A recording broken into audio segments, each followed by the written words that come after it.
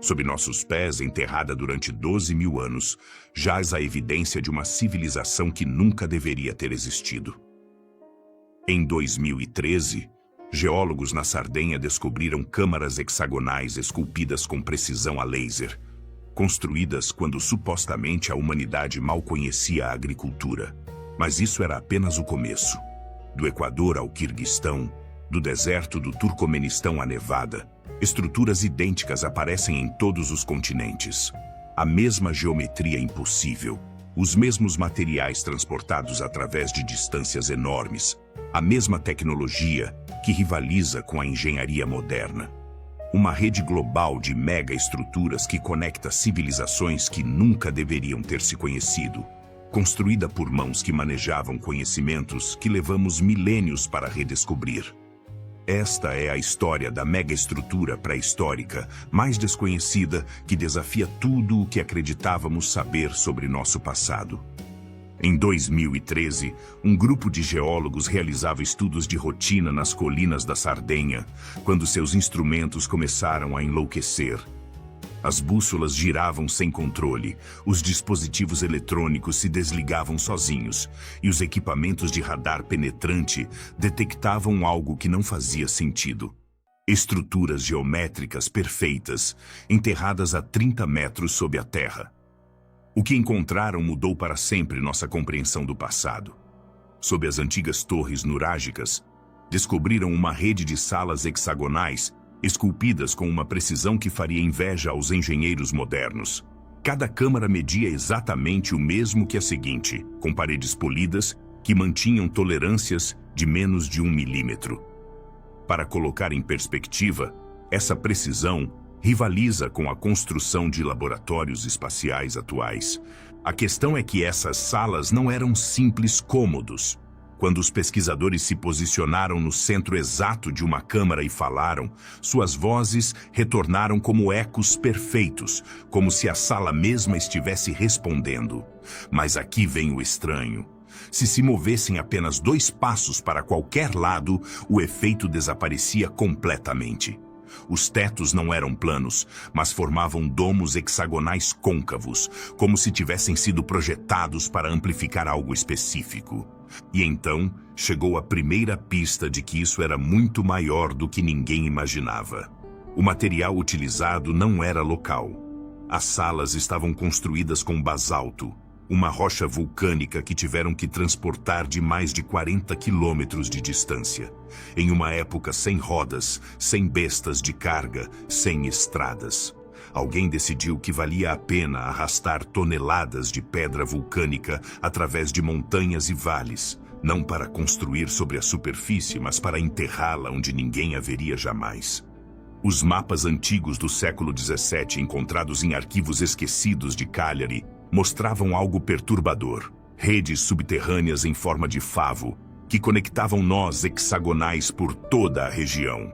Esses mapas foram desenhados séculos antes de existir a tecnologia satelital, mas quando os pesquisadores os sobrepuseram com os escaneamentos modernos, os padrões coincidiam quase perfeitamente com as anomalias magnéticas do terreno.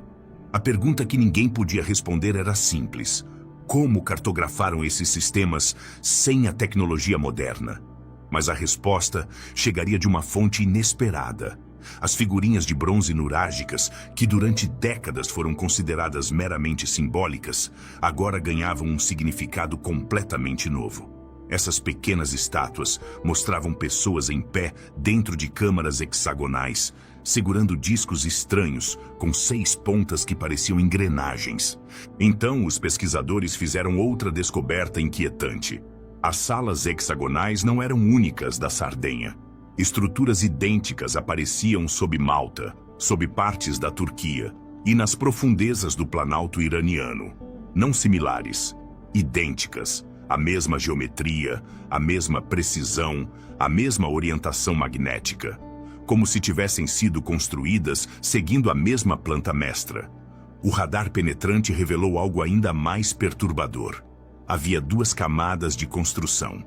A camada visível que todos conheciam, e embaixo, muito mais profundo, outra camada de alvenaria mais antiga. Os ossos encontrados neste nível inferior foram datados em 4.300 anos antes de Cristo. Isso as tornava 500 anos mais antigas que as pirâmides de Gizé, construídas em uma época em que se supõe que a humanidade mal estava aprendendo a cultivar. As marcas nas pedras mais profundas eram idênticas às encontradas em Pumapunku, na Bolívia, e nos megalitos de Baalbek, no Líbano. Linhas curvas, que pareciam feitas com ferramentas de precisão, em um tipo de pedra que não deveria poder ser trabalhada com a tecnologia daquela época. Não com essa precisão, não nesse tipo de rocha, e definitivamente não com ferramentas que se supõe não existiam. Os locais tinham suas próprias histórias sobre esses lugares. Falavam de épocas quando a luz saía das colinas, quando pessoas de terras distantes vinham não para comerciar, mas para se curar. Diziam que a terra vibrava então e que esses lugares eram chamados corações de pedra, locais onde o tempo se ralentava. Mas isso era apenas o primeiro fio de um novelo que se estenderia por todo o planeta, conectando civilizações que nunca deveriam ter se conhecido, com uma precisão que desafia tudo o que acreditávamos saber sobre nossos antepassados. Nas profundezas da selva equatoriana, onde as encostas orientais dos Andes se perdem na neblina, existe uma caverna que não é exatamente uma caverna. De fora parece uma fenda a mais na rocha, meio coberta por trepadeiras e musgo. Mas uma vez que você entra e seus olhos se adaptam à penumbra, algo muda. O solo sob seus pés se sente plano demais. As paredes são lisas demais. Esta é a Caverna dos Taios, e depois de uns 90 metros de caminhada, você se dá conta de algo inquietante. A caverna não é natural. A inclinação natural da Terra se detém abruptamente, e o que segue parece uma escadaria de pedra descendente. Degraus espaçados uniformemente, esculpidos no solo com uma precisão surpreendente. Alguns degraus se estendem por 2 metros de comprimento. Outros são apenas largos o suficiente para um pé. Os geólogos argumentam que poderia ser resultado de fraturamento tectônico, erosão natural moldada por água e tempo. Mas se você já viu erosão alguma vez, sabe que não funciona assim. A água esculpe canais irregulares, a natureza é selvagem e áspera. Esses degraus não são. Eles se sentem intencionais e são apenas o começo. Sob a câmara principal, os exploradores mapearam uma vasta rede de túneis que se estende por mais de 4 quilômetros sob a terra. Muitos deles são angulares, como se tivessem sido cortados a laser, formando curvas de 90 graus quase perfeitas. Alguns túneis terminam em becos sem saída, outros continuam além dos limites de exploração. Em 1976, ocorreu algo que mudou a perspectiva deste lugar para sempre. Uma expedição conjunta liderada pelo engenheiro escocês Stan Hall entrou na caverna, acompanhada por pessoal militar britânico e equatoriano, uma equipe de filmagem e, surpreendentemente, o astronauta Neil Armstrong. Eles não estavam lá apenas para estudar a geologia. Procuravam algo chamado a Biblioteca Metálica. Um explorador anterior, Juan Moritz, tinha afirmado que dentro da Caverna dos Taios havia um arquivo subterrâneo cheio de placas metálicas, gravadas com símbolos desconhecidos. Ele as descrevia como folhas douradas do tamanho de livros abertos, empilhadas ordenadamente em fileiras, um registro de uma civilização antiga. É claro que nenhuma biblioteca assim foi confirmada publicamente. A equipe de 1976 relatou encontrar formações rochosas incomuns, câmaras vastas e anomalias estruturais, mas nenhum tesouro. No entanto, muitos acreditam que encontraram mais do que admitiram.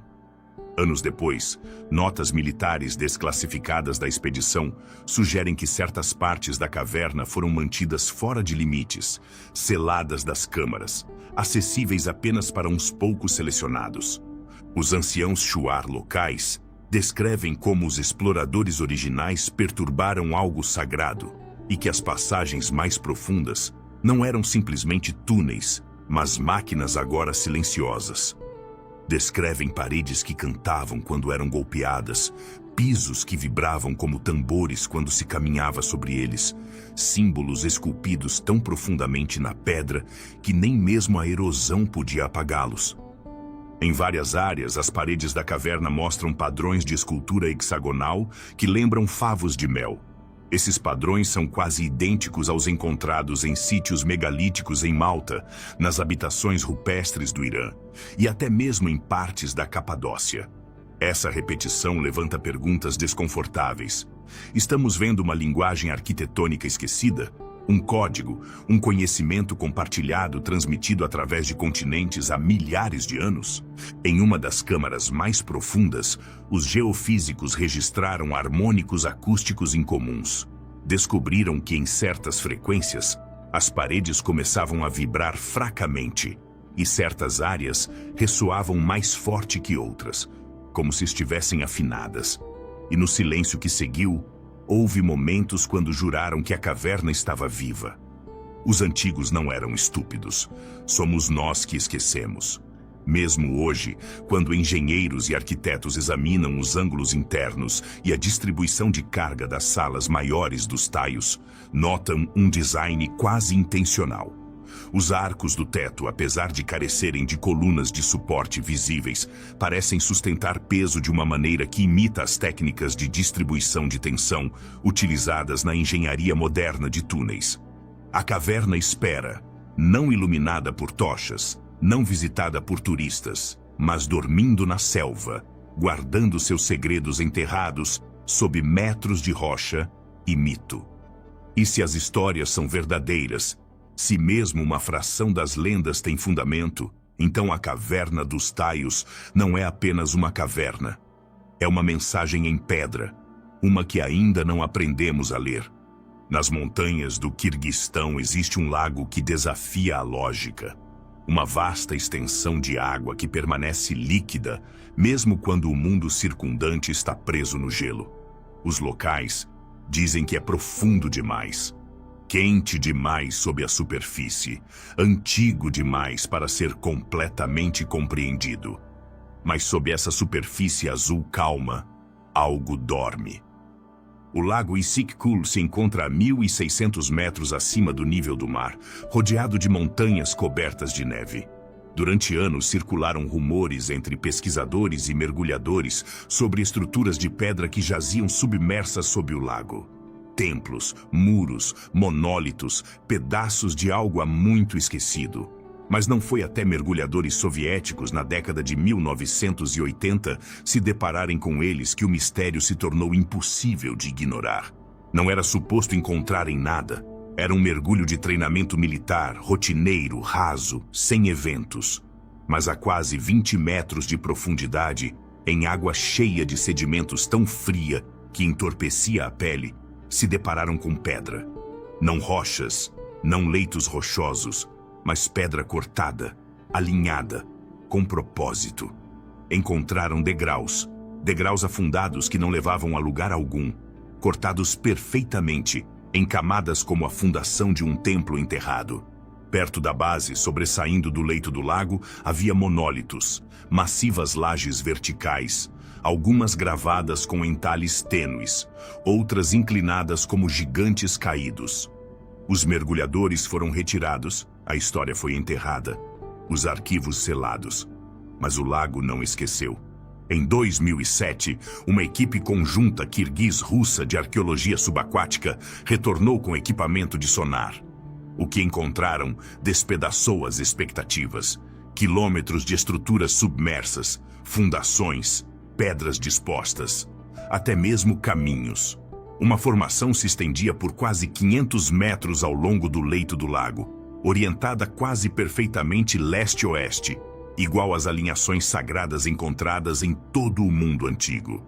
As características mais impressionantes eram os monólitos, blocos verticais de mais de 3 metros de altura, espaçados em intervalos estranhos e deliberados. Alguns dispostos em pares, outros formando espirais ásperas.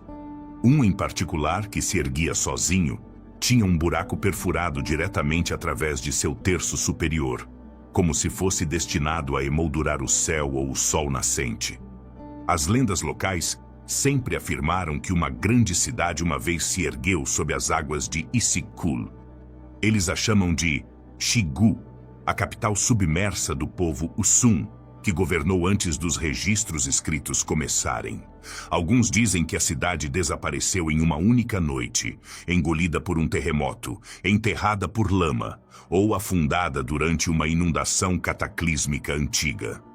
Nos mitos, o povo de Shigu eram observadores de estrelas, alinhavam seus edifícios com constelações, rastreavam estações através de sombras e, segundo o folclore, sabiam quando algo estava vindo.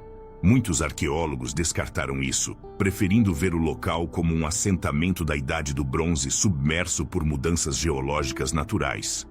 Mas os entalhes nas pedras, pelo menos os poucos que foram recuperados, sugerem algo mais estranho. Um mostra uma espiral envolvida ao redor de uma figura humanoide. Outro representa um padrão de estrelas quase idêntico a Órion, mas invertido, como se fosse visto de baixo.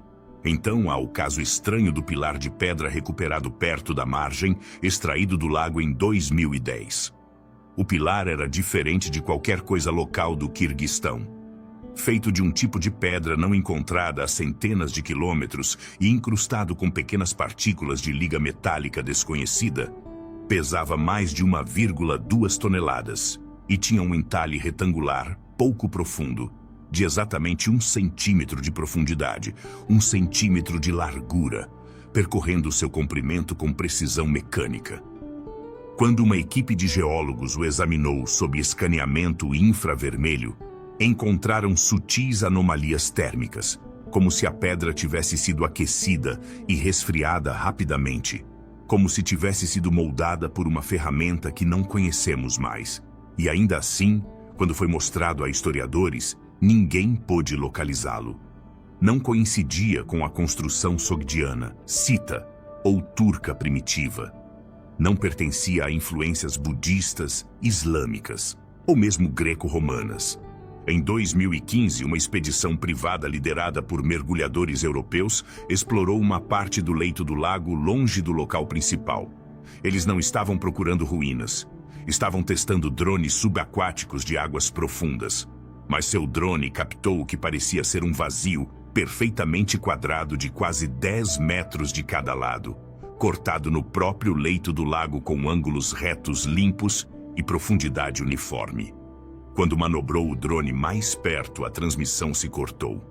Pressão da água, afirmaram. Falha do equipamento. Mas até hoje, ninguém da equipe compartilhará publicamente as gravações de vídeo. O lago mudou muitas vezes ao longo dos milênios. As costas se moveram, vales inteiros subiram e desceram, mas os alinhamentos, os monólitos, permanecem fixos em seu lugar, como se tivessem sido colocados após o cataclismo, não antes. Ou talvez foram colocados para lembrá-lo, para permanecerem imóveis enquanto o mundo mudava ao seu redor. Há lugares no mundo tão áridos, tão implacavelmente silenciosos, que até mesmo o vento se sente como um intruso. O deserto Karakum, no Turcomenistão, é um desses lugares. Uma extensão queimada e interminável de terra, que a maioria das pessoas só vê em mapas satelitais ou lendas sussurradas.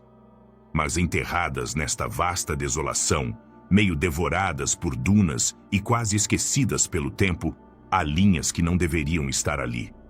Glifos gigantes esculpidos em pedra, dispostos de maneiras que nenhuma formação natural pode explicar.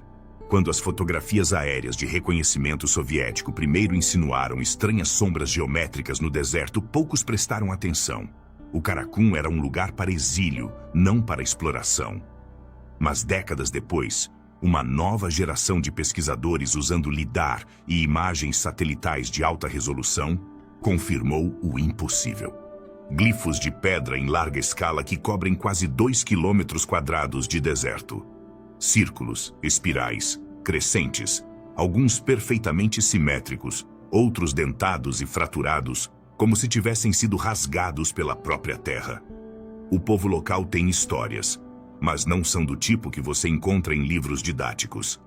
Eles dizem que o deserto se move, que uma vez houve uma cidade aqui que foi engolida inteira. Os anciãos chamam os glifos de Suyaki, escrita de ossos. Uma escrita não feita com tinta, mas na própria terra. Alguns se parecem com petróglifos encontrados no Cazaquistão e no Irã, mas são grandes demais para ser arte cerimonial. Outros refletem constelações de estrelas, quase perfeitamente alinhadas com o céu noturno, como teria parecido há 7.000 anos. Uma das espirais até mesmo parece apontar diretamente para o nascer do sol do solstício de verão. E ainda assim, não há edifício central, não há assentamento conhecido por perto, apenas os glifos e o silêncio. Os geólogos ficaram perplexos. As pedras utilizadas nos glifos não são nativas desta parte do Karakum. Elas tiveram que ser arrastadas ou levadas de mais de 80 quilômetros de distância. Estas não são rochas que você poderia rolar.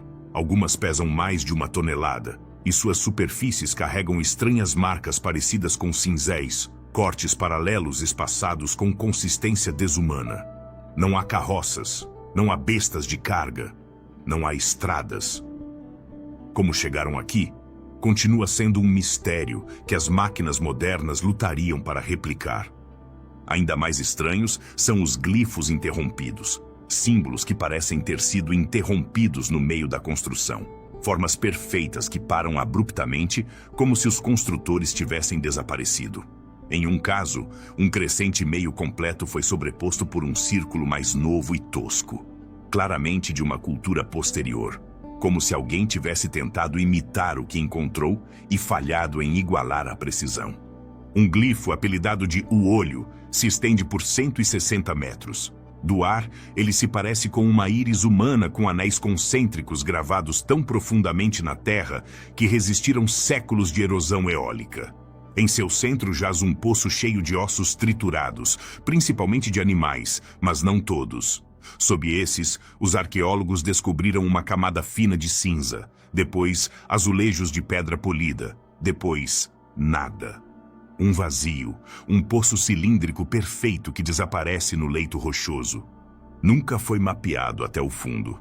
Ainda não. Os glifos do Karakum são estranhamente reminiscentes das linhas de Nazca no Peru, mas os padrões do Karakum são ainda mais antigos, datados por carbono em cerca de 9.500 anos antes de Cristo em algumas seções. Isso empurra sua criação de volta ao amanhecer da agricultura, muito antes das cidades, antes da escrita, antes das ferramentas de metal. Entre os glifos jaz um símbolo diferente de qualquer outro. Uma serpente engolindo sua própria cauda, o antigo Ouroboros. Exceto que este não é circular, é angular, segmentado, quase mecânico em forma. Alguns pesquisadores acreditam que é um mapa, um esquema. Outros pensam que é apenas coincidência, mas a simetria, o detalhe, demanda mais que desprezo. À noite, o deserto ao redor desses glifos se sente diferente. Não apenas frio, mas pesado. O equipamento falhou aqui. As baterias se esgotam mais rápido. As bússolas giram. Um arqueólogo supostamente desapareceu por 2 dias, apenas para ser encontrado desorientado, e a 40 quilômetros do acampamento sem memória de como chegou lá. Os guias locais se recusaram a ficar após o crepúsculo. Eles dizem que as pedras sussurram quando a temperatura cai. Não sabemos quem construiu os glifos do Karakum. Não sabemos por quê, mas talvez eles não fossem destinados a ser entendidos em uma única vida. Talvez estivéssemos destinados a encontrá-los depois de esquecer. Um lembrete gravado nos ossos da terra de que algo uma vez se ergueu aqui, observou os céus, moveu grandes pedras com facilidade e deixou para trás uma linguagem feita de silêncio. E esse silêncio ainda fala. Sob a beleza queimada do Vale do Fogo de Nevada, um lugar onde o arenito antigo brilha como brasas ao pôr do sol, jaz algo do que a maioria das pessoas nunca ouve falar. Os turistas vêm pelas rochas vermelhas, os arcos, os cumes açoitados pelo vento, mas muito baixo no subsolo, longe das trilhas e penhascos banhados pelo sol, espera um labirinto, esculpido não pela água, não pelo vento, mas por mãos deliberadas e medidas. Eles o chamam de grade de cavernas. Não uma única caverna, não um túnel serpenteante, mas uma rede. Uma formação tão geométrica tão suspeitamente alinhada, que até mesmo geólogos experientes admitem que não se comporta como erosão natural. Esta parte de Nevada sussurra segredos há muito tempo. O povo indígena Paiute evitava certas áreas do vale, advertindo que a terra ali era oca e zangada. Em 1959, um espeleólogo amador afirmou ter encontrado uma passagem que descia diretamente a um vasto corredor forrado com pedras cortadas à mão. Ele retornou com fotografias de marcas, estranhos glifos angulares que não coincidiam com nada na América do Norte. Então, ele desapareceu. Ninguém o viu novamente. Sua câmera apareceu anos depois em uma casa de penhor de Las Vegas. Dentro, havia 17 fotografias. A maioria estava borrada, mas 2 eram claras. Uma mostrava uma câmara com paredes que se curvavam suavemente em direção ao chão. Outra mostrava o que pareciam escadas, largas, planas e desgastadas, como se incontáveis pés as tivessem usado uma vez. Quando pesquisadores modernos tentaram seguir suas notas, encontraram algo inesperado. Anomalias magnéticas, pontos onde as bússolas giravam, o GPS falhava e o radar subterrâneo ricocheteava em padrões retangulares nítidos. Os escaneamentos subsuperficiais de 2009 sugeriram espaços vazios, enormes empilhados verticalmente, quase como níveis em um edifício. Mas ninguém pode explicar como tais coisas se formaram sob arenito sólido sem deixar colapso superficial. E fica mais estranho. Essas supostas cavernas parecem seguir uma orientação estrita. Corredores norte-sul, interseções em ângulos retos, espaçamento medido. Isso não é fluxo de lava aleatório. É trabalho de grade, deliberado, quase urbano em design. Espalhados por toda a rede há pilares de pedra espaçados perfeitamente, ecoando a arquitetura clássica, mas sem marcas de cinzel visíveis, sem sinais de ferramentas romanas, gregas ou mesmo nativas, apenas superfícies lisas, quase polidas. No centro desta rede invisível está o que os pesquisadores chamam de Câmara de Machados, um termo tirado de um mito encontrado em um conto oral paiute obscuro. A história fala de um palácio subterrâneo cheio de armas congeladas e espelhos de chama. Nenhum lugar assim foi escavado, mas a localização do mito se alinha precisamente com uma das anomalias mais fortes detectadas perto do Cânion do Fogo. Poderia haver algo sob essas rochas. Algum complexo antigo esculpido e depois enterrado antes da história saber o que fazer com ele. Alguns acreditam que foi um refúgio, um abrigo construído antes de um cataclismo. Eles apontam para camadas microscópicas de areia vitrificada no vale.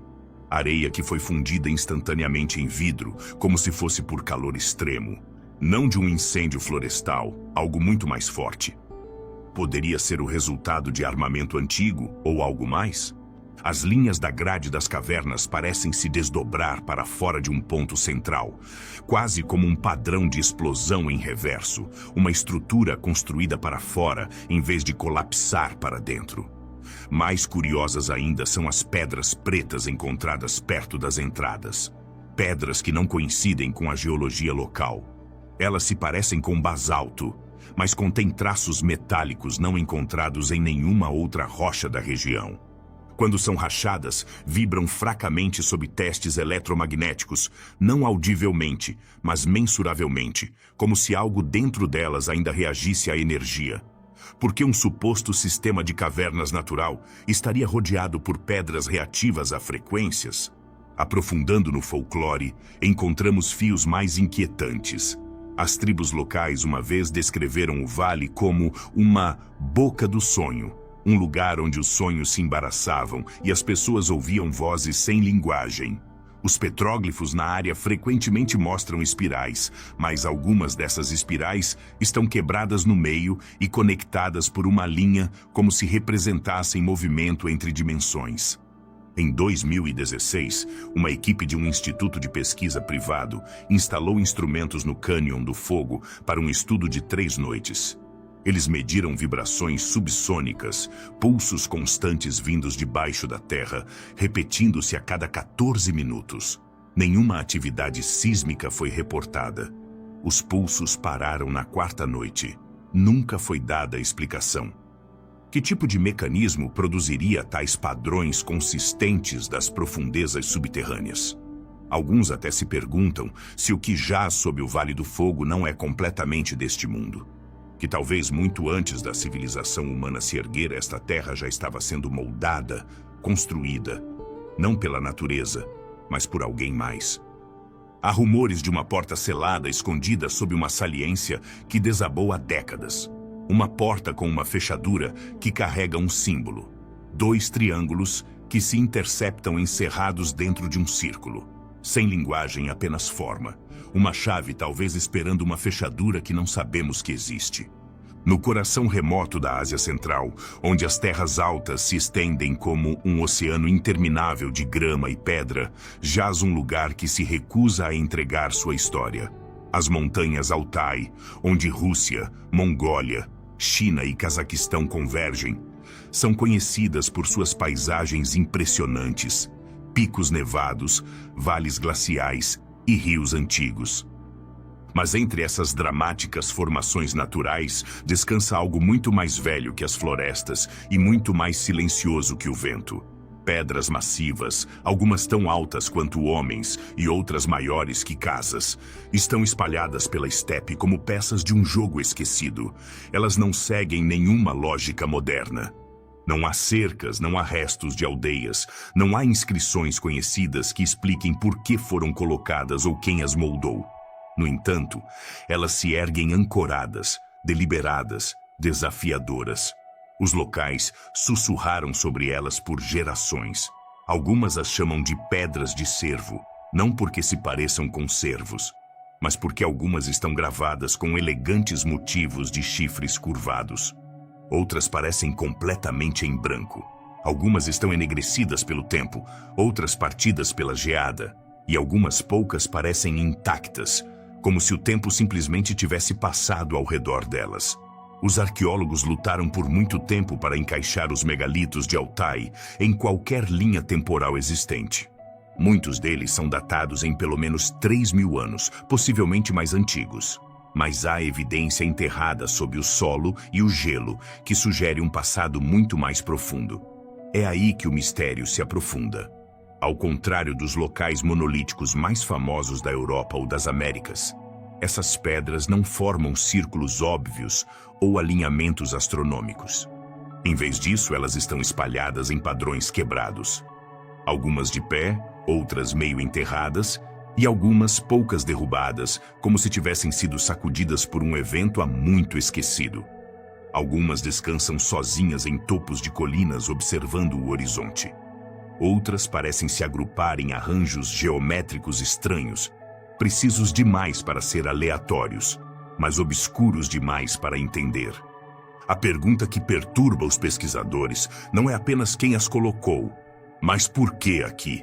Em alguns lugares, as pedras estão alinhadas com antigos túmulos funerários que pontilham a região de Altai como cicatrizes. Esses túmulos frequentemente contêm evidência de civilizações perdidas, fragmentos de armas, ornamentos dourados, até mesmo corpos preservados. Um desses túmulos revelou o esqueleto de uma jovem mulher cuja pele ainda portava tatuagens, serpentes e pássaros tatuados em padrões que ecoavam os encontrados nas pedras próximas. Alguns dizem que ela era uma sacerdotisa, outros afirmam que era realeza. Mas a pergunta real é: qual era sua conexão com esses monólitos silenciosos? Algumas das pedras são magnéticas, não apenas levemente, mas significativamente. Exploradores com bússolas de mão reportaram que suas agulhas giram selvagemente em certas áreas, recusando-se a apontar para o norte. Outros visitantes afirmam que dispositivos eletrônicos funcionam mal brevemente quando colocados perto de megalitos específicos, apenas para voltar ao normal alguns poucos pés mais longe. Sob a superfície da estepe de Altai, o radar penetrante detectou grandes vazios retangulares. Alguns estão dispostos em grades suspeitamente uniformes. No entanto, a escavação é quase impossível. O solo aqui congela e descongela em ciclos imprevisíveis. o equipamento funciona mal. Em alguns casos, as permissões de escavação são negadas diretamente pelas autoridades regionais sem explicação. As imagens satelitais da região mostram algo mais. Quando vistos de cima, alguns dos grupos de megalitos começam a se parecer com constelações, imagens espelho de padrões de estrelas no céu noturno. Um agrupamento assim tem uma semelhança inquietante com o cinturão de Órion. Outro parece seguir a curva da Via Láctea. Um pesquisador notou algo peculiar. No meio do inverno, quando a neve é espessa e o vento está quieto, as pedras começam a vibrar, não audivelmente, mas através de vibração. Instrumentos colocados em suas superfícies registraram vibrações de baixa frequência, mal mensuráveis, mas consistentes. Alguns sugerem que esses são efeitos naturais de mudanças térmicas. Outros acreditam que são algo completamente diferente. Uma mensagem talvez ainda ecoando através do tempo. Você poderia pensar que tudo isso soa absurdo, mas se você caminhasse pelas planícies de Altai ao amanhecer, observando as longas sombras das pedras se estendendo sobre a grama coberta de geada, você também sentiria essa presença silenciosa, esse peso da idade que se afunda no solo e vibra sob suas botas. Não se sente abandonado, se sente esperando. Um arqueólogo uma vez disse: as pedras em Altai não são apenas relíquias, elas são testemunhas. Mas testemunhas de quê? Um povo desaparecido, uma tecnologia perdida, uma civilização apagada pelo tempo ou enterrada deliberadamente para que nunca soubéssemos o que veio antes. No coração da Argélia, enterrada sob camadas de poeira saariana vermelha e lenda romana, jaz uma cidade há muito esquecida. Seu nome é Tingad, uma vez chamada Tamugadi pelos romanos. Tingad foi fundada pelo imperador Trajano por volta de 100 d.C., uma colônia romana destinada a abrigar soldados e colonos ao longo da fronteira sul do império. Mas o que os guias turísticos, os livros de história e até mesmo a maioria dos documentários não mencionam são os massivos reservatórios de pedra subterrâneos que jazem bem abaixo desta utopia planejada em grade. Reservatórios que até hoje desconcertam os engenheiros com sua escala, seu método de construção e, acima de tudo, seu silêncio. Porque nenhum registro romano os descreve. Nenhum texto antigo menciona seus construtores, e eles não coincidem com nada mais construído no mundo romano. Tingad uma vez foi um posto avançado brilhante. Os romanos o esculpiram na pedra como um plano, um quadrado perfeito de ruas que se intersectam, casas e fóruns públicos. Você poderia ficar no meio do Cardo e Decumanos, as duas ruas principais, e ver de uma borda a outra da cidade o horizonte dividido por pedra. Mas mesmo em seu auge, o maior desafio de Tingad não eram invasores ou política. Era a água.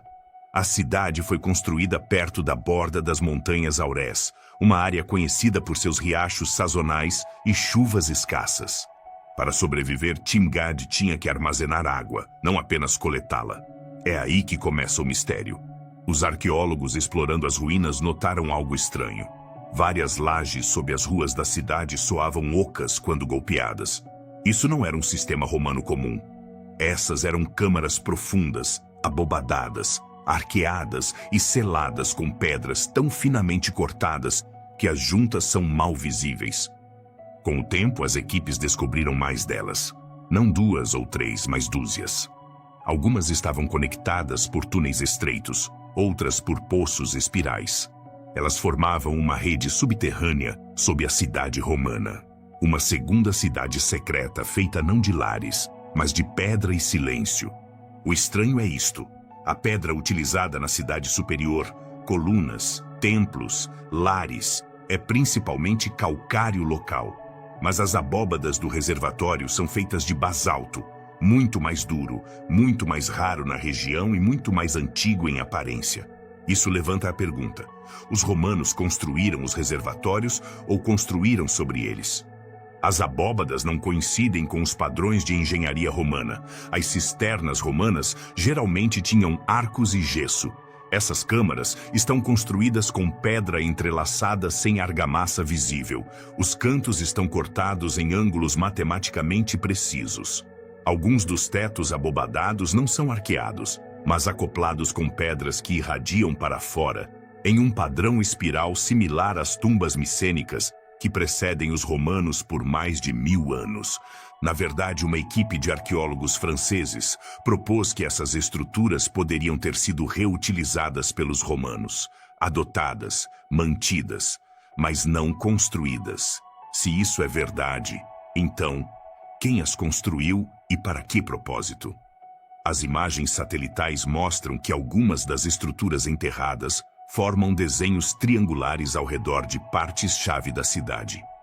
Esses padrões são consistentes com o gerenciamento de fluxo hidráulico, sugerindo que os construtores de Timgad podem ter aproveitado a água não apenas para armazenar, mas para canalizar, redirecionar e possivelmente pressurizá-la.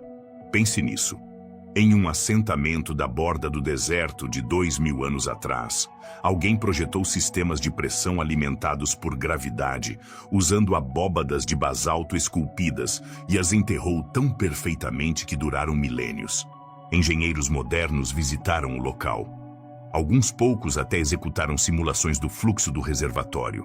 Seus achados, se as câmaras estivessem cheias, o sistema poderia ter alimentado fontes, casas de banho, e sistemas de irrigação por toda a cidade sem bombas, sem máquinas, apenas lógica arquitetônica pura e inteligência de pedra.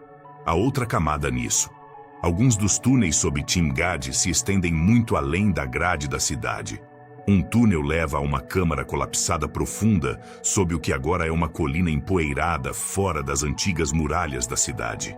Dentro, os pesquisadores descobriram uma bacia octagonal esculpida diretamente no leito rochoso, rodeada por degraus que descem para dentro como um anfiteatro afundado. É diferente de qualquer estrutura romana. Não tem buraco de drenagem, não há sinal de uso como cisterna ou banho, e está rodeada por marcas de cinzel, mas não romanas. Esses cortes são mais profundos, mais retos, e refletem as marcas de ferramentas encontradas em pedreiras nabateias e pré-egípcias. É como se os construtores tivessem esculpido com máquinas ou ferramentas perdidas no tempo.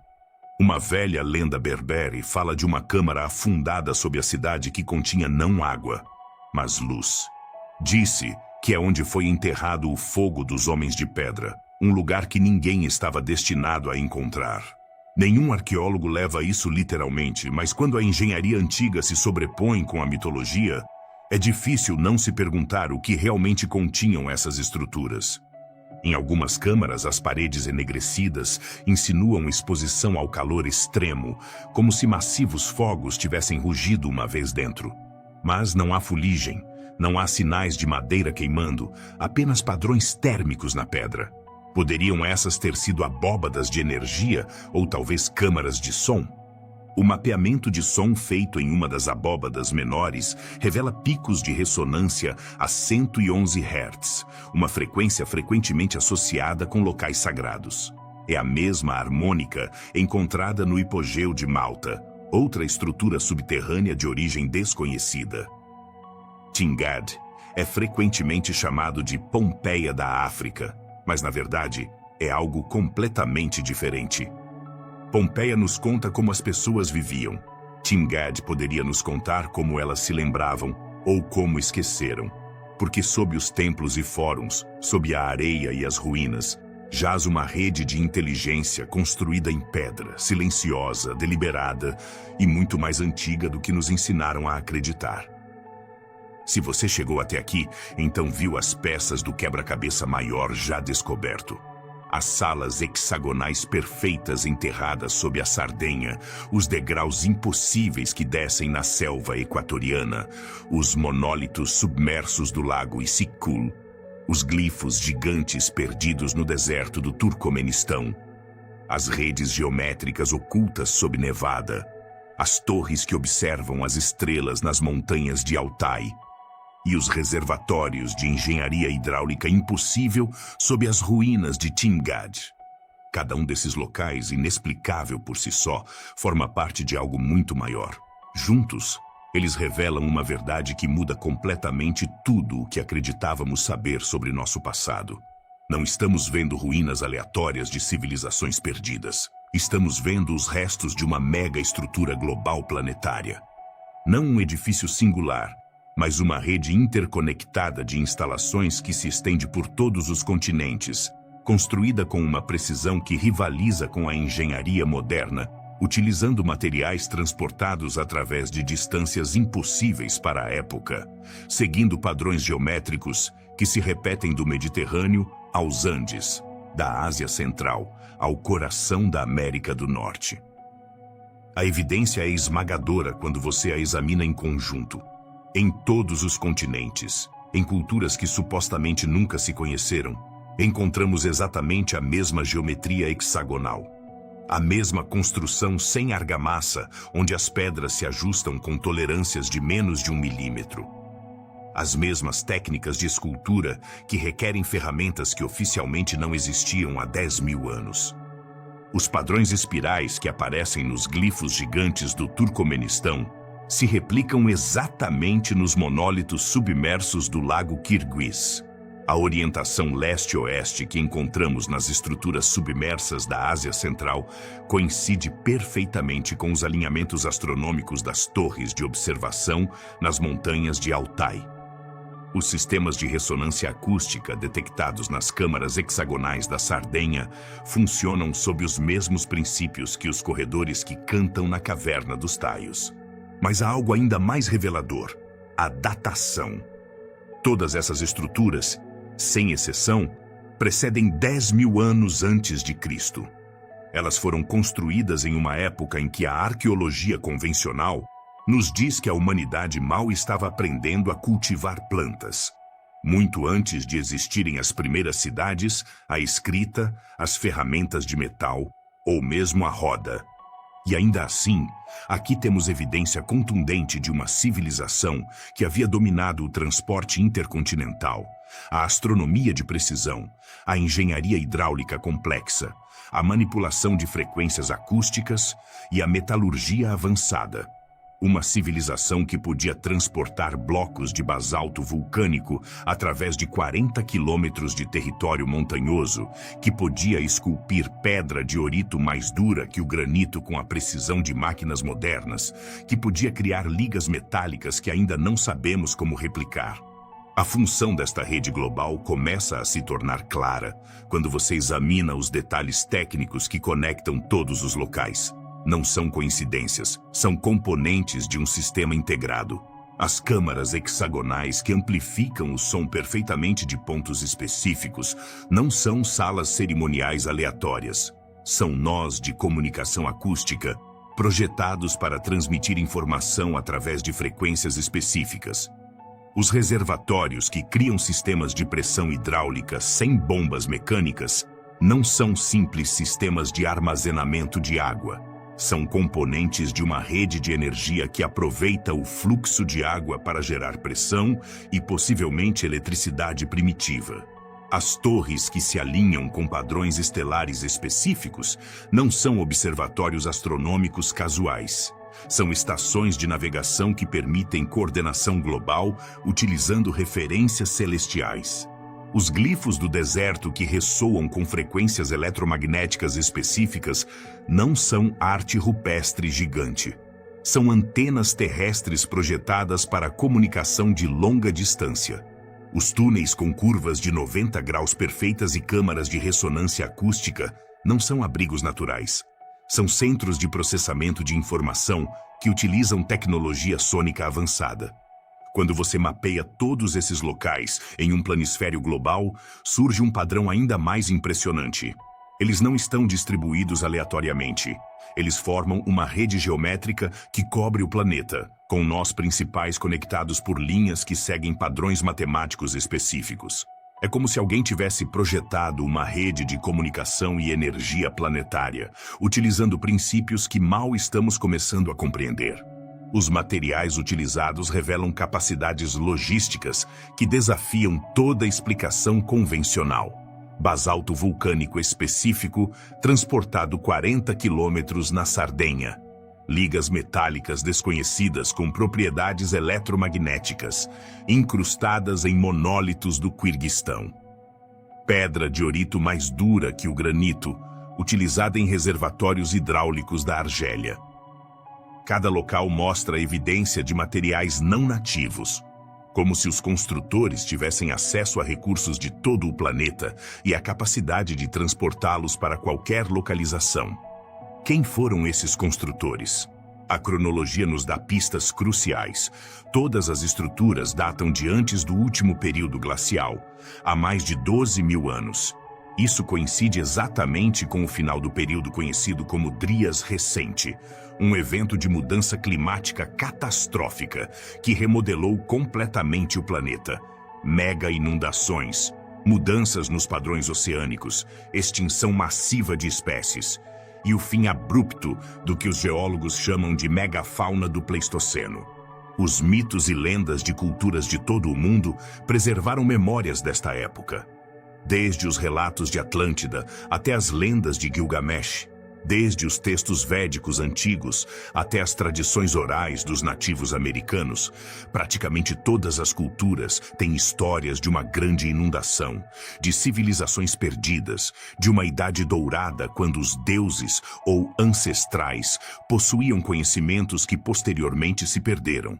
Mas esses construtores não desapareceram sem deixar rastro. A evidência sugere que eles sabiam que o cataclismo estava vindo e tomaram medidas deliberadas para preservar seu conhecimento. Enterraram suas estruturas mais importantes, as protegeram com camadas de sedimento, as ocultaram sob paisagens naturais. Construíram suas instalações para resistir a inundações massivas, mudanças sísmicas e milhares de anos de erosão. A rede global que descobrimos não é simplesmente uma coleção de locais arqueológicos antigos. É um sistema de preservação e transmissão de conhecimento através do tempo.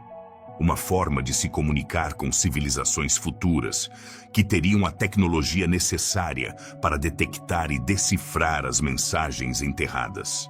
Cada estrutura funciona como uma cápsula do tempo, projetada para se ativar quando a humanidade futura alcançasse certo nível de desenvolvimento tecnológico. Os efeitos eletromagnéticos, as ressonâncias acústicas, os alinhamentos astronômicos, todos são gatilhos projetados para chamar a atenção de uma civilização que tivesse redescoberto a ciência e a tecnologia avançada. Hoje, nossa tecnologia finalmente alcançou o ponto onde podemos detectar e começar a decifrar essa rede. LIDAR penetra sedimentos de milênios para revelar estruturas enterradas. Radar de penetração terrestre mapeia redes subterrâneas extensas. Análise satelital detecta padrões geométricos ocultos sob a superfície. Espectroscopia identifica materiais impossíveis para sua época. Pela primeira vez desde sua construção, temos as ferramentas para compreender completamente o que nossos ancestrais esquecidos nos legaram. Mas compreender a rede é apenas o começo. Com cada nova descoberta, surge uma pergunta mais profunda. O que mais está esperando para ser encontrado? Se estruturas tão massivas e sofisticadas podem permanecer ocultas por 12.000 anos, quantos outros locais existem sob nossos pés, sob nossos oceanos, sob nossos desertos? A evidência sugere que o que descobrimos até agora representa apenas uma fração do que uma vez existiu. A megaestrutura pré-histórica que começamos a mapear não era apenas impressionante por sua escala, mas por sua redundância. Seus construtores não construíram um único exemplar de cada tipo de instalação. Eles construíram sistemas inteiros, redes de backup, arquivos distribuídos de conhecimento projetados para sobreviver mesmo a uma catástrofe planetária. A verdade sobre nosso passado é infinitamente mais complexa e fascinante do que qualquer livro de história nos ensinou. Não somos a primeira civilização avançada que floresceu neste planeta. Somos os herdeiros de uma tradição muito mais antiga e profunda. Os redescobridores de conhecimentos que uma vez foram patrimônio comum da humanidade. A mega estrutura global que começamos a documentar é nossa verdadeira herança ancestral. uma herança enterrada sob o pó de milênios, esperando pacientemente o momento em que estaríamos prontos para recebê-la. E esse momento finalmente chegou.